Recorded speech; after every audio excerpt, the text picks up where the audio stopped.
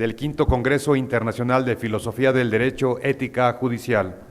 Para iniciar las conferencias del día de hoy, queda en uso de la palabra para presentar a nuestro conferencista, el director del Instituto de Investigaciones Judiciales, doctor Leonel Pérez Nieto Castro. Tenemos en esta ocasión el gusto de contar entre nosotros al doctor Bernardo Pérez Fernández del Castillo. Él se tituló de abogado en 1968 y realizó la especialización de Derecho Privado en la División de Estudios Superiores de Derecho de la UNAM. Y luego, más tarde, obtuvo el grado de doctor en Derecho por la Universidad Anáhuac y la Complutense de Madrid en el programa que existió en ese momento. Como ustedes ven, el doctor Pérez Fernández del Castillo es un hombre interesado profundamente en el tema académico y en especial pues, en la parte notarial y de ética. Y por eso pues, nos hemos permitido suplicarle que nos acompañe para que nos hable sobre este tema que tanto domina. En primer lugar, le quiero agradecer al doctor Pérez Nieto, Leonel Pérez Nieto, que la invitación que me ha hecho a este curso tan importante sobre la filosofía judicial y en especial la ética judicial. Y me da gusto por dos razones. Una, porque el notariado y la judicatura han ido a la par en muchos siglos, hasta la ley de Juárez, que creó la ley del notariado, la ley orgánica de notarios, y se llama de notarios y actuarios, pues existían los escribanos de diligencias, y que hacían las veces del secretario del juzgado. Y entonces a veces se llevaban inclusive los juicios en el protocolo del notario, llevaba el expediente, se daban fe en el protocolo del notario, del escribano de diligencias. Y en un momento dado, como digo, en tiempo de Juárez, se dividió. Y entonces por un lado quedó el secretario del juzgado y por otro lado el notario público. Y son muy coincidentes en algunas actividades. La jurisdicción voluntaria, muchos de los actos de jurisdicción voluntaria se pueden llevar ante notario o ante el juzgado. Por ejemplo, una notificación, una información testimonial, un requerimiento. También la ley permite que se lleven las sucesiones ante notario cuando son mayores de edad y no hay conflictos entre los herederos. Y entonces hay una gran relación entre la actividad del notario, por lo menos en ese aspecto histórico, y los jueces. Muchas veces el Colegio Notario tiene juntas, por lo menos una vez al año, nos reunimos a comer el Colegio de Notarios y todos los jueces se invitan a una comida para estrechar las relaciones, porque muchas de las actividades de los jueces pues terminan en la notaría. Una firma y otorgamiento de escritura termina en la notaría, una adjudicación de bienes por herencia termina en la notaría, un remate termina en la notaría, pero nosotros hacemos la escritura y se la llevamos al juez, el juez ve, la revisa, está de acuerdo, la firma, pero hay mucha relación entre el notario y precisamente los jueces. Hay otro punto de referencia que es precisamente el tema de esta charla, que es estamos hablando de la imparcialidad del juez. El notario, igual que el juez, pues es un jurista y tiene que ser totalmente imparcial. También, como vamos a ver, pues hay las mismas prohibiciones e incompatibilidades que tiene el juez. Entonces, siento pues realmente un buen acercamiento en esta cuestión de la ética en relación al notariado y la función judicial. No cabe duda que la jurídica es una profesión de las más hermosas. Así como el médico lo que busca es la salud y el arquitecto busca que sea funcional una obra y además bella,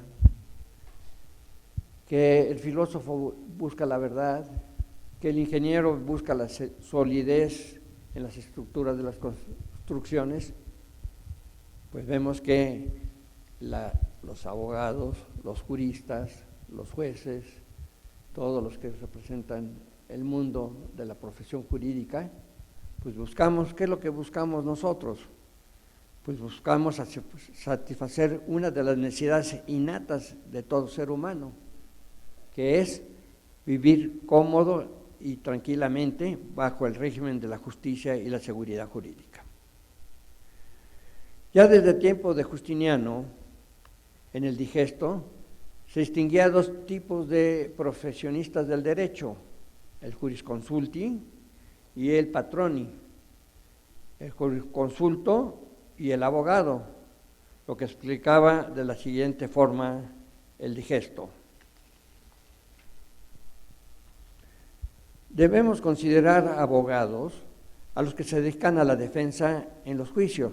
No tendrán por abogados, no se tendrán como abogados, sin embargo, a los que suelen recibir algo por sus consultas sin intervenir en los juicios.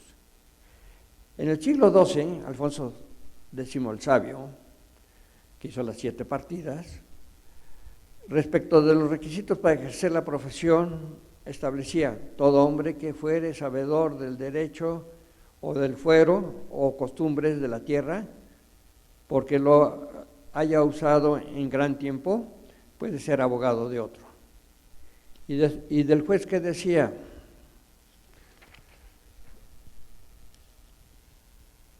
los juzgadores que tienen nombre de jueces, que quiere decir tanto como hombres buenos que son puestos para mandar y hacer el derecho. Así es como sucede actualmente. Por un lado existen los abogados, como decía Alfonso X el Sabio, que con voces, avocato, con voces defienden las causas propias y las ajenas. Y por otro lado está el jurista, como el juez, que conoce el derecho, sabe aplicarlo, pero que no se compromete con ninguna de las partes. El primero, el abogado, es el litigante. Tiene que usar toda su imaginación, su creatividad, su inteligencia, para que una de las partes domine a la otra. Y no puede defender a ambas partes, porque si defiende a ambas partes comete el delito de prevaricato.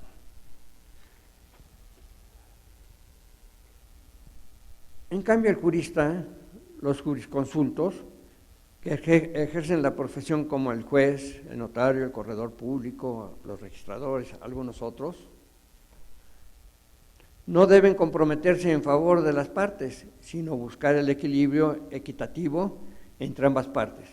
A esta actitud y deber se le llama la imparcialidad. Desde siempre los jueces,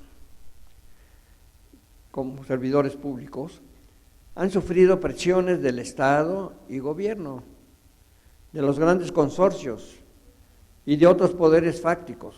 Todos ellos, con una fuerza política o económica, tratan de doblegar la imparcialidad del juez y demás servidores públicos con el fin de gozar ventajas y beneficios que en justicia no le corresponden. El juez debe ser libre e independiente, de tal manera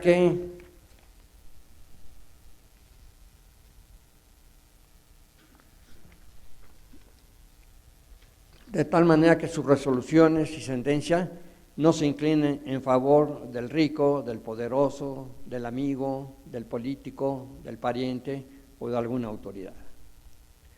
En todos los tiempos se ha tratado de extraer a los jueces de vínculos que puedan producir parcialidad, señalando, por ejemplo, en la Constitución, en el artículo 17, cómo pues, el juez debe ser pues, un hombre, concretamente dice pues, que la justicia debe ser rápida, debe ser completa e imparcial. Entonces habla de la imparcialidad. Y en los códigos de procedimientos civiles normalmente se habla de cuáles son las incompatibilidades y las prohibiciones de los jueces, así como del notario y los jueces, cuáles son. Una cosa son las prohibiciones que se establecen en los códigos y otra cosa las incompatibilidades. La carrera de juez y de litigante son incompatibles. ¿Por qué? Porque el juez, toda su imaginación, su creatividad, su inteligencia es para lograr el equilibrio entre las partes y lograr una sentencia justa. En cambio, el abogado, pues es toda su imaginación, su creatividad, su inteligencia, es para lograr que una de las partes domine a la otra. Entonces, es como el aceite y el agua, que son incompatibles.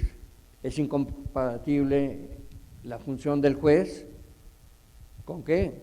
Pues por un lado, con el ministro de culto, por otro lado, como ser comerciante y desde luego ser litigante. Pero por otro lado son las prohibiciones. Estas prohibiciones son los lazos que pueden vincular en un momento dado al juez, y entonces dicen no puede atender, se ven fundamentalmente los intereses, las amistades, las enemistades y también cuando son amigos, compañeros, etc. El diccionario de la lengua española de la Academia define la imparcialidad como la falta de designio anticipado o de prevención en favor o en contra de alguno o de algo que permita juzgar o proceder con rectitud.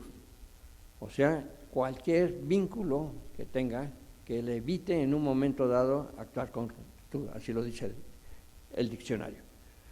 Ahora bien, el jurista, no el abogado, conoce el derecho y sabe cuál es la aplicación, pero no debe comprometerse con ninguna de las partes. Por esta razón, a la justicia se le representa como una mujer con una balanza en una de las manos, otra espada y una espada en la otra mano, pero siempre con un paño en los ojos para que no permita verla, y eso que quiere decir que no se incline a favor de ninguna de las partes. Aristóteles y después Tomás de Aquino distinguían la justicia distributiva y la conmutativa. La distributiva es que todos somos iguales frente a la ley. Es la base de los derechos humanos. Es que todos somos iguales frente a la ley y no podemos ser discriminados por razón de sexo, religión, nacionalidad, raza, color, etc. Y por otro lado, la imparcialidad y la equidad, que hace que no haya preferencia de unos frente a otros, puesto que todos tenemos igualdad frente a la ley. Esa es la justicia distributiva. Pero también aplica la justicia conmutativa. ¿Cuál es la justicia conmutativa? Cuando estudiamos los contratos, hablamos de los contratos conmutativos, que son, las obligaciones son de ambas partes. Decían los romanos, dou des, dou faces, doy para que des, doy para que hagas. Entonces el juez aplica la justicia conmutativa siguiendo la definición que hacía en aquel entonces, en tiempo de los romanos, Ulpiano, cuando decía que la justicia era la constante y perpetua voluntad de dar a cada quien lo que es suyo. ¿Y qué es lo que hace el juez en la sentencia? Aplica la justicia conmutativa también, que le da a cada quien lo que es suyo, lo que de acuerdo con las pruebas aportadas y de acuerdo con el conocimiento que tiene de la verdad, le corresponde a cada uno de ellos. Entonces el juez es un verdadero artífice, es un verdadero aplicador de la justicia, sea la justicia distributiva o sea la justicia conmutativa. El juez debe considerar que la aplicación del derecho no son reglas frías. El derecho no es como las matemáticas o la lógica apolítica. En las matemáticas, 2 más 2 son 4. En derecho, 2 más 2 pueden ser 3, 4 o 5. ¿Por qué? Porque el derecho es finalista.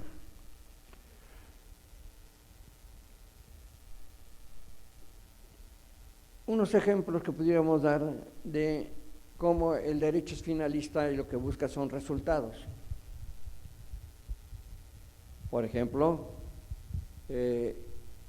encontramos los juicios que se llevaron a los nazis después de la guerra y se les condenaron.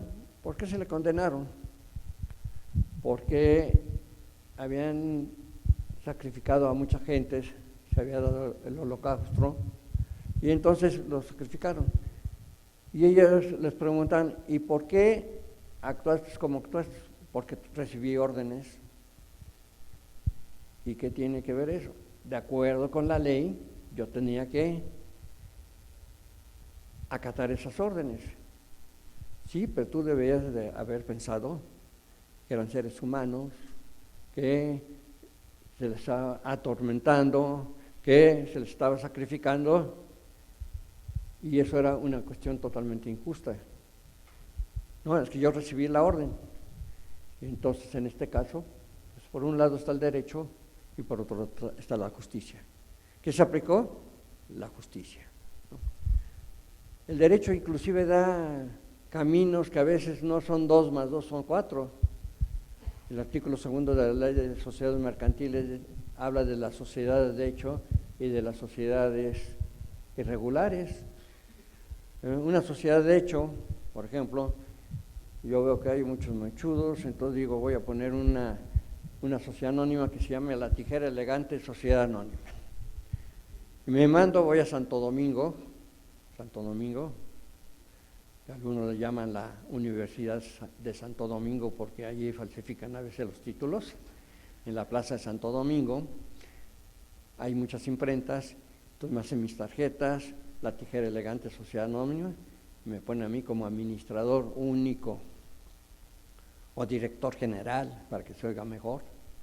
Y con esa tarjeta llego con una persona y contrato un local con esa persona y le doy 6 meses de anticipo de renta. Esta persona muy feliz, contrata. Por otro lado, contrato gente, voy y contrato muebles, todo con mi tarjeta y con mi contrato, ostentándome como el administrador único. Y resulta que a los 6 meses me doy cuenta que no sirvo de peluquero, cierro la cortina y digo, ¿y qué pasó con los muebles que no nos acabas de pagar o los trabajadores? Pues que demanden a La Tijera Elegante Sociedad Anónima, en fin, esa no existe. ¿Y qué dice el artículo 2 de las sociedades mercantiles? Le da personalidad jurídica a La Tijera Elegante. ¿Pero cómo? Si no existe, no tiene elementos de existencia, nada más tiene un socio, no tiene formalidad, no se hizo ante notario, no se inscribió en el registro de comercio. ¿Y qué es lo que pasa? Que el derecho es finalista y lo que busca son resultados. Es un acto inexistente, pero le da vigencia. Entonces la aplicación no es la aplicación fría del derecho.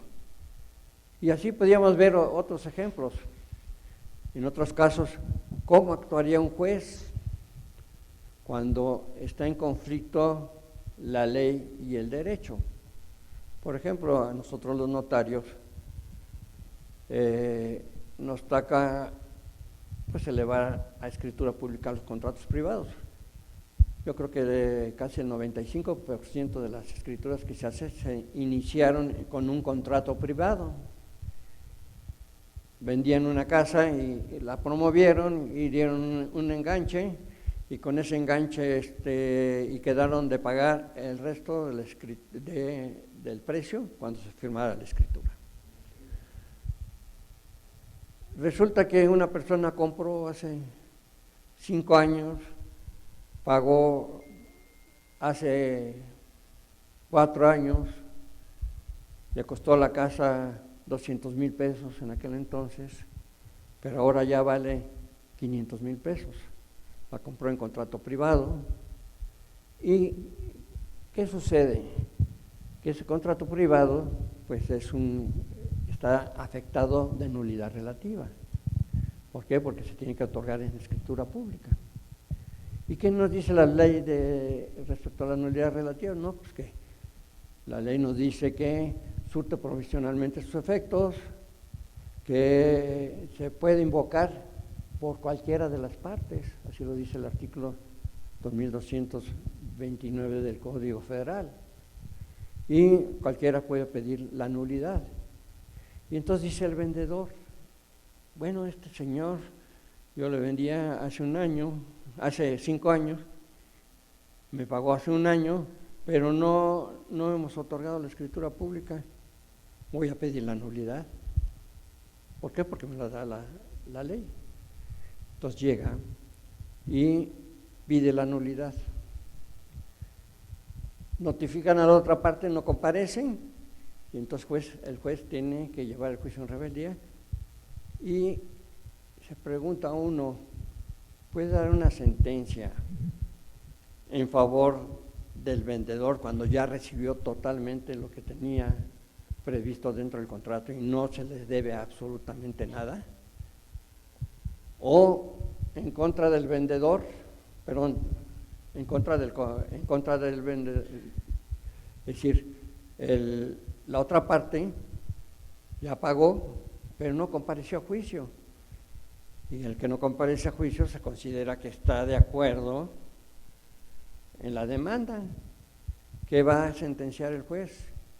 Y entonces aquí tenemos que los jueces, con este tipo de ejemplos, no es igual la legalidad que la justicia.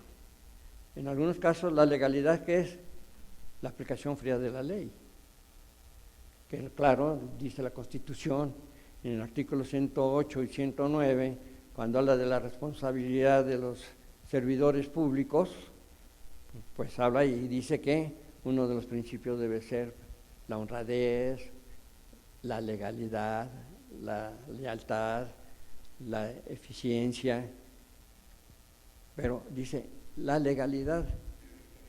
De acuerdo con la fría ley, pues, algunos pensarían, no, se les debe de nulificar el contrato, devolverle los 200,000 pesos, hizo un buen negocio el vendedor.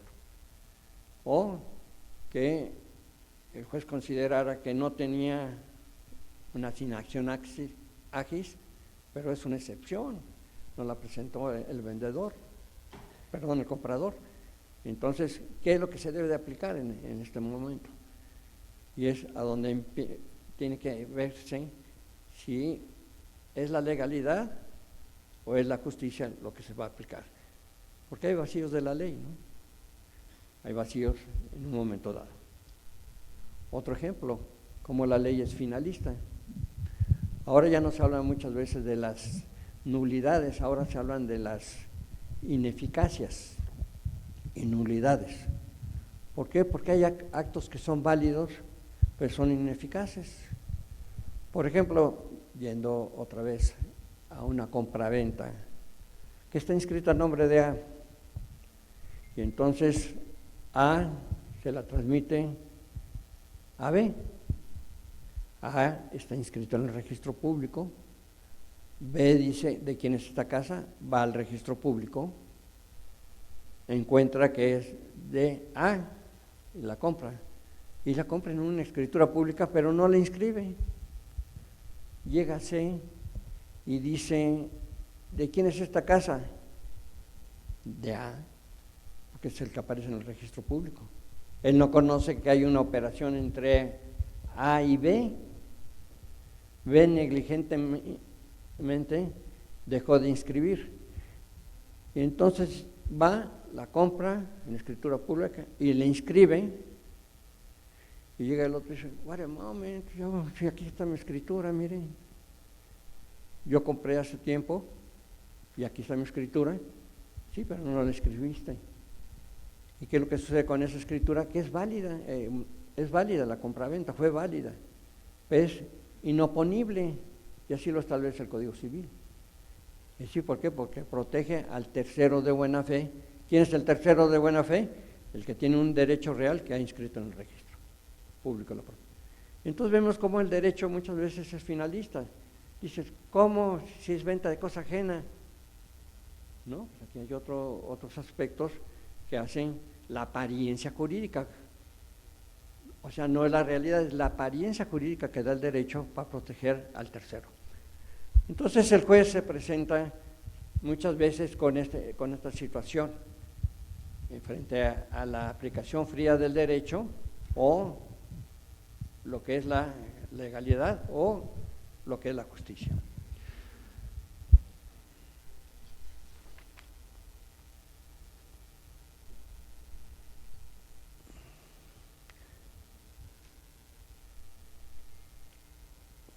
En este tan importante congreso de filosofía del derecho, el tema es la ética del juzgador. Es muy interesante, ya que la ética es parte de la filosofía práctica, donde los conceptos deben aterrizar en la realidad. La lógica se queda en los juicios, la metafísica va más allá, la filosofía, pero la rama de la filosofía que tiene que aterrizar es la ética, le llaman la filosofía práctica, ¿no? Fíjense para explicarlo, me acuerdo lo que decía Carlos Marx.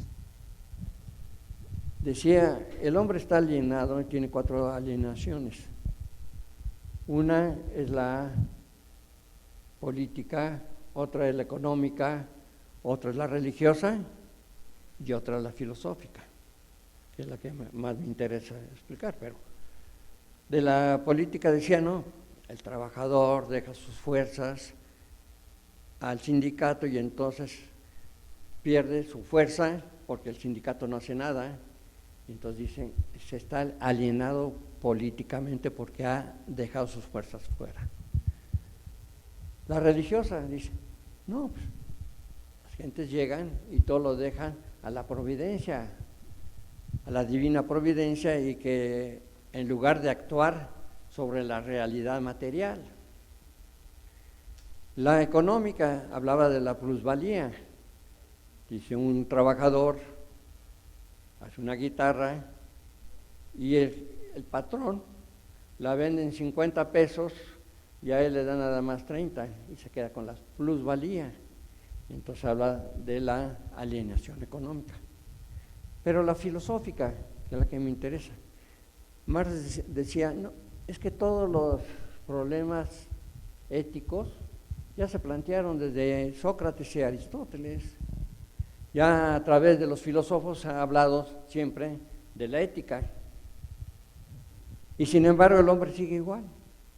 ¿Por qué? Porque está alienado a sus pensamientos. Entonces, ¿de qué se trata? Precisamente se trata de que haya una coherencia entre lo que se piensa y lo que se hace. Y entonces habla de la praxis, la filosofía de la acción. Pues la ética es precisamente lo que se pretende, que sea la filosofía de la acción. O sea, que haya una coherencia entre lo que se piensa y lo que se hace, y no alienarse a los pensamientos y olvidarse de la realidad. Inclusive se ha hecho esfuerzos desde varios puntos de vista, por ejemplo, los códigos de conducta. Estos códigos de conducta que, por cierto, son 3 tratados internacionales sobre la corrupción, que establecen que en todas las instituciones debe haber códigos de conducta. ¿Y qué trata el código de conducta? Pues es lo que le llaman la deontología, los deberes que tienen las personas. ¿Y esos deberes, cuáles son los deberes que tiene la persona? Por eso se llama deontología. La axiología, perdón, la ontología es el estudio del ser, la deontología del deber ser. ¿Y qué es lo que trata en estos códigos de conducta? Dar parámetros en cada institución de cuál debe ser la conducta de cada quien. Y realmente pues existen en casi todas las instituciones los códigos de conducta. Pero ¿para qué se hacen esos códigos de conducta? Para adaptar y echar un parámetro de cuál debe ser la conducta de las personas en el lugar a donde están trabajando. Por ejemplo, el respeto a la mujer, el acoso, el respeto al inferior, cuando se tiene con el público relaciones, también el respeto a los usuarios de los servicios públicos, o en otros casos son la capacitación. Se va buscando cuáles son los deberes que tienen los profesionales, cuáles son los deberes que tienen los servidores públicos, y entonces se hace la deontología. Pero esta deontología debe de aterrizar precisamente en el lugar en donde se está trabajando. O sea, es la parte de la filosofía práctica. ¿Qué es lo que sucede cuando hay una falta de coherencia entre lo que se piensa y lo que se hace? Pues se puede llegar hasta la esquizofrenia, o lo que algunos le llaman también pues la doble moral. Por un lado es todo un caballero. Me acuerdo que había una película de uno de los líderes de nazis que en un momento dado se fue a Argentina, y era un caballero que todos lo respetaban absolutamente, era una persona bondadosa, pero cuando fue un general dentro del ejército nazi, fue un hombre sumamente cruel. Lo pescaron y vemos esa bifurcación que luego puede existir en las personas, una esquizofrenia, una doble personalidad. Por un lado es un gran caballero y por otro lado resulta que es un corrupto o es un asesino. Entonces es sumamente importante estos códigos de conducta para que aterricen cuál es la realidad en la que se está trabajando en un momento dado.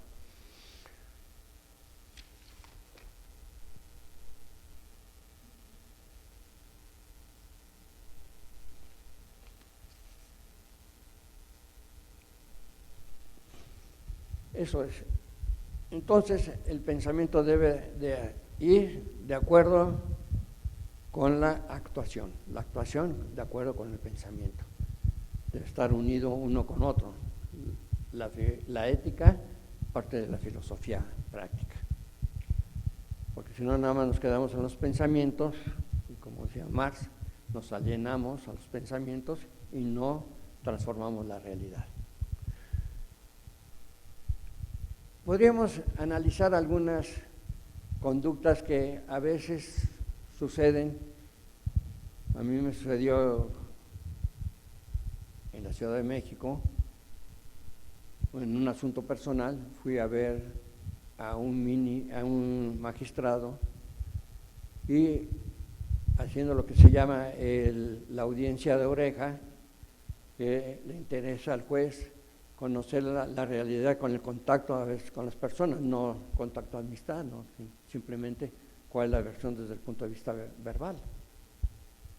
Y lo agradecen de que uno plantee cuáles son sus razonamientos. La otra parte llegué y planteé cuáles son sus razonamientos. Este magistrado me decía, mire, yo le voy a aconsejar una cosa, ¿por qué no va al despacho tal? Que seguramente allí va usted a ganar la apelación. ¿Qué es lo que me estaba insinuando? Yo, no precisamente un socio, porque no puedo ser un socio, pero sí tengo unos arreglos con un despacho, entonces llévele ese asunto a ese despacho y yo y va a ver que va a ganar su asunto. Entonces vemos aquí casos de imparcialidad, de parcialidades, ¿no? El juez no es nada parcial, ¿no? Y esto significa algo muy importante. Fíjense que todas las gentes confían en el Poder Judicial. A veces la confianza está basada también en una ignorancia, pensando de que tienen razón, pero sí dicen, yo le voy a decir al juez la verdad y él me va a dar la razón, porque tiene la esperanza de que cuando él presente sus argumentos, sus pruebas, porque los juicios se ganan o se pierden por las pruebas, entonces cuando presente sus pruebas, en un momento dado le van a decir si tiene razón o no tiene razón, pero sabe que hay una persona imparcial que le va a resolver sus problemas. Pero si no es imparcial, si el juez, si no es parcial, pues, cuando sucede eso, ¿qué sucede con el público en general? La gente en general pierde la esperanza, se siente impotente. ¿Por qué? Porque sabe que ya no tiene ningún medio de hacer valer su derecho. ¿Por qué? Porque el juez no respondió en un momento dado quizá a la imparcialidad, ¿no? Y claro, luego dicen, no, pues la justicia es de los ricos, la justicia es porque piensan que el juez en un momento dado puede ser parcial. Yo creo que es muy importante la imagen del juez imparcial, y para la imagen del juez imparcial, pues también no politizarse, ¿no? ¿Cuántas veces son las presiones? Precisamente decíamos que la imparcialidad tratan de doblegarla los poderosos económicamente o desde el punto de vista del poder. Y entonces, ¿qué es lo que sucede? De que algunos quieren quedar bien con los gobernantes o con los poderosos y se convierten en un momento dado en imparcial. Entonces, es lo que sucede con la falta de imparcialidad.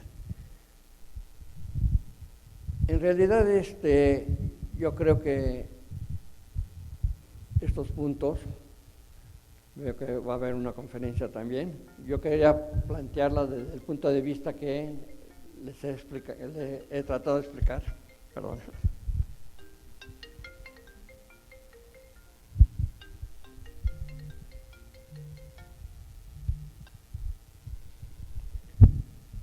Y pues era lo que les quería expresar de la imparcialidad, cómo se veía desde el punto de vista histórico, cómo ha evolucionado, cómo no es igual la legalidad que la justicia, cómo hay ejemplos en los que no hay la aplicación fría de la ley, sino que hay que buscar la justicia más que la aplicación fría de la ley, y en general algunas experiencias sobre este tema.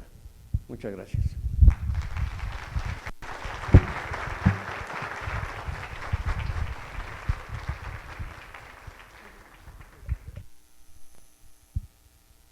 Agradecemos mucho la exposición que nos hizo el doctor Bernardo Pérez Fernández del Castillo, y si hay alguna pregunta, algún comentario de parte de ustedes, tenemos todavía unos minutos para poder contestar.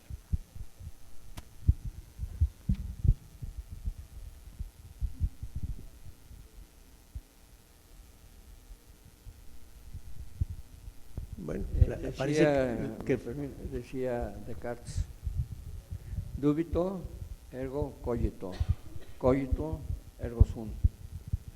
Dudo, luego pienso, pienso, luego existo. Si no hay dudas, si no hay dudas, quiere decir que no piensan y están pelas. Yo tengo una duda, doctor. De acuerdo al ejemplo que usted atinadamente nos puso, nos dejó así como que en el stand-by, no nos dijo si en el juicio del vendedor con el comprador ¿cuál debió haber sido? Entendemos que la aplicación de la ley es, como usted lo dijo, la aplicación rígida, fría. Debió haber sido la justicia y entonces no debió habérsele dado al comprador esa nulidad. Desde mi punto de vista yo creo que es decir, no debería ser favorable la sentencia para el vendedor. Sin embargo, por ejemplo, Sánchez Medal, en su libro de contratos, dice pues que el otro no se quiso defender, quiere decir que aceptaba. Pero yo lo veo desde otro punto de vista. Muchas veces las gentes no pueden contestar porque no fueron adecuadamente notificadas o porque él se consideró ya dueño total, que no tenía ningún peligro su propiedad. Hay un artículo, que es el artículo 20 del Código Civil, que dice cuando haya controversia entre derechos,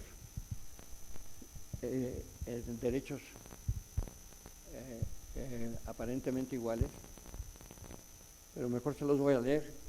El juez debe resolver en favor del que trata de evitarse perjuicios y no en favor de que trata de obtener un lucro. Yo en ese caso aplicaría este artículo 20 del Código Federal, del Código Civil Federal.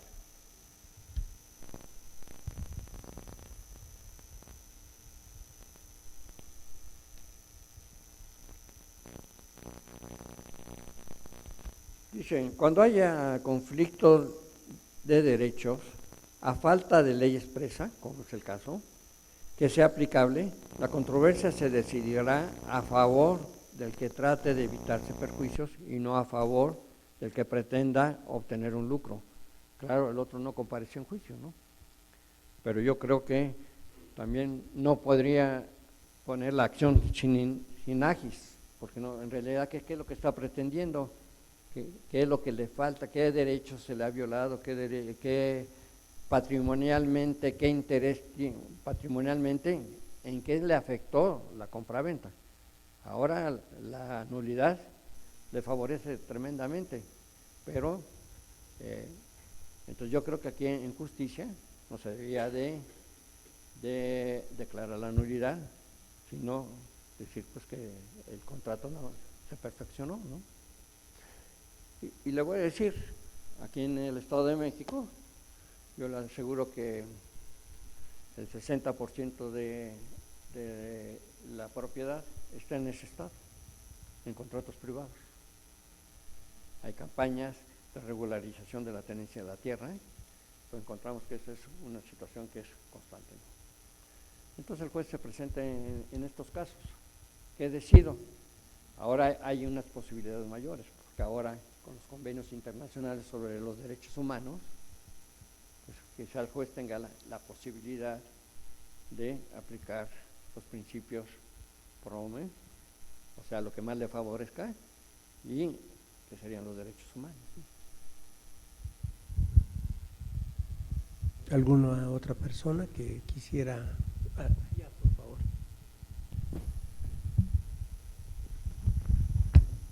Buenos días, agradecerle las grandes palabras que nos han ilustrado y que bueno nos han dejado con algunas dudas, ¿no?, que tenemos que razonar todavía. Pero bueno, mi pregunta concreta es en relación a las palabras que ha dicho referentes a la postura de Marx en relación a que el pensamiento está alienado, está contaminado, está pervertido de alguna manera por el conglomerado social. Desde el punto de vista del litigante, cuando tienes tu asunto sometido a la potestad judicial, esperas una respuesta, ya sea a favor o en contra.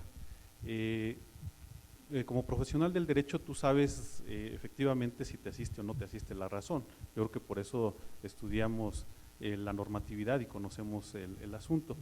Sin embargo, el punto que nos trae a este congreso, que es precisamente de alguna manera la parcialidad, la ética, como lo ha referido usted, debe ser una ética práctica.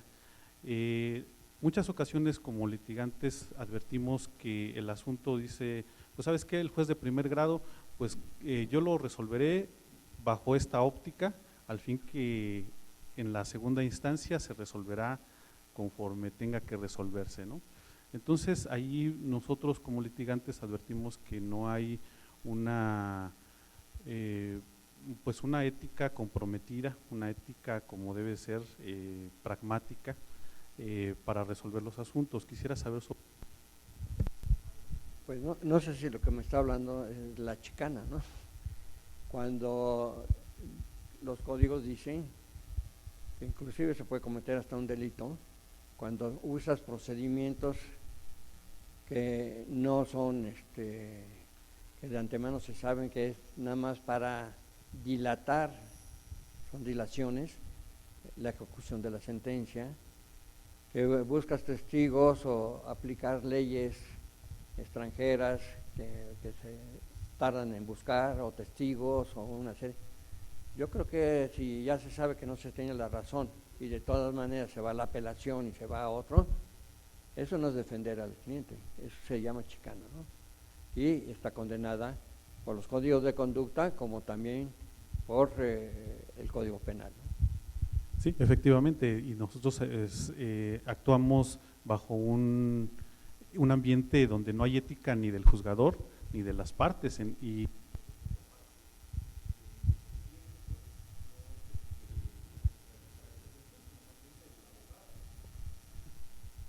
Sí, Así es.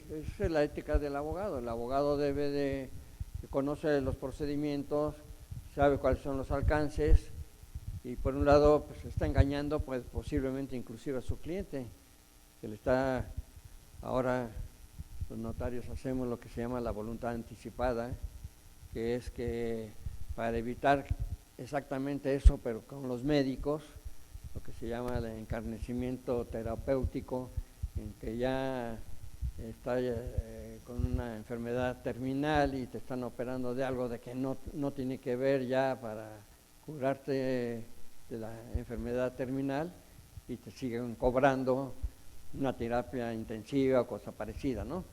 Y por cierto, esta voluntad anticipada pues es para que tú puedas señalar un apoderado y en cualquier momento ese apoderado puede decir que se suspenda todo tratamiento porque el enfermo está en estado de coma.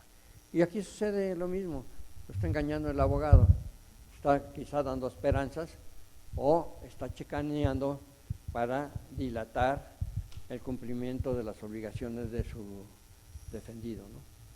Y eso se llama chicana y es algo que se condena y que está bien tipificado en el Código Penal, de los delitos que cometen los abogados, ¿no? Así es. Muchas gracias.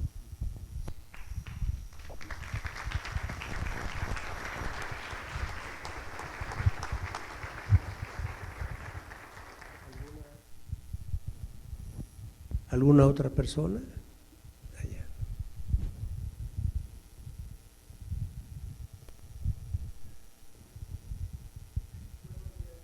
Una duda respecto, hace un momento, usted nos comentaba que el juez conoce el derecho y sabe la aplicación, pero no se debe comprometer con ninguna de las partes.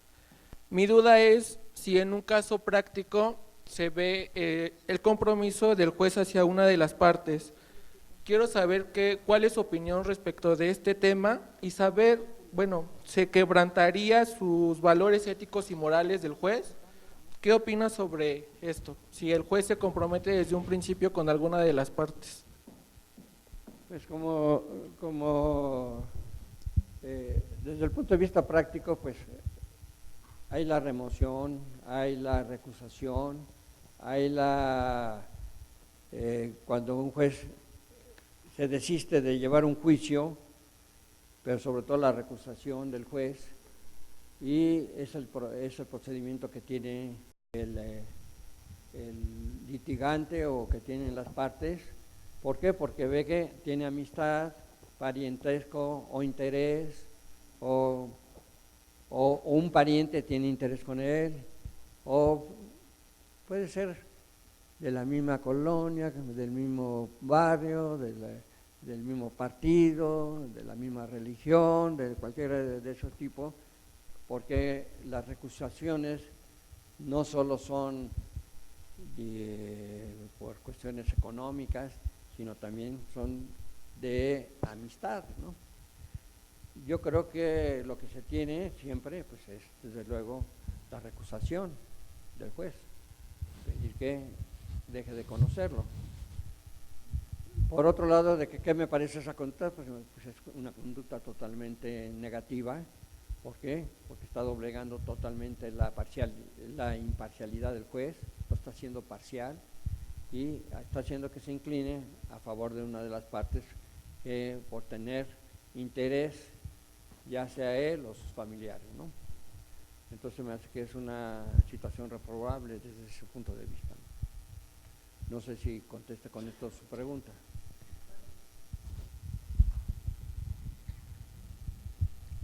¿Alguna otra pregunta? Allá, por favor. Doctor Luis Enrique Romero Herrera, hace ratito nos hablaba de las audiencias de oreja. ¿Realmente eso rompe un poco los códigos de ética y los principios de publicidad, por ejemplo? ¿O usted la ve una práctica, una praxis adecuada, buena en nuestro sistema jurídico mexicano? Sí, yo lo veo como una práctica buena, porque ahora pues, sucede con mucho más fácilmente, se tiene contacto con la realidad y las personas, no con el frío papel, sino directamente en los juicios orales. Pero en un juicio que el juez nada más conoce la situación y a las personas por medio de los papeles, es importante que ubicarse no solo por las pruebas que están dentro del expediente, sino también ubicarse con la presencia y con la narración de los hechos de parte del litigante. No creo que sea eso una influencia negativa, sino es una forma de formarse un criterio más amplio, una especie de, no alegatos, porque no están entre dos partes, pero sí de conocer más de cerca, más vivo el asunto, y no por dar fríos papeles y las pruebas que se están presentando. Y yo veo que cuando se va con un juez o un magistrado y pide audiencia al litigante, siempre se la dan, y se la dan porque saben que van a obtener precisamente un acercamiento al asunto desde otro punto de vista. Yo creo que sí es algo que puede favorecer al juez para tener un criterio más amplio. Claro que, como dicen, lo que no existe en el expediente no existe en el mundo, y si está hablando de cosas que no probó, que no, el juez las debe desechar totalmente. Gracias. Pero yo sí considero que es favorable. ¿Alguna otra pregunta? Bueno, no hay preguntas ya. Esto quiere decir que la exposición del doctor Pérez Fernández del Castillo pues llenó las expectativas que ustedes tenían de este tema, y a nombre de la Escuela Judicial del Poder Judicial del Estado de México le damos gracias y le agradecemos el que nos haya hecho el favor de venir con nosotros. Enseñanza de mi escuela judicial, Poder Judicial Mexiquense y su escuela judicial. Orgulloso fruto soy de su simiente y del conclave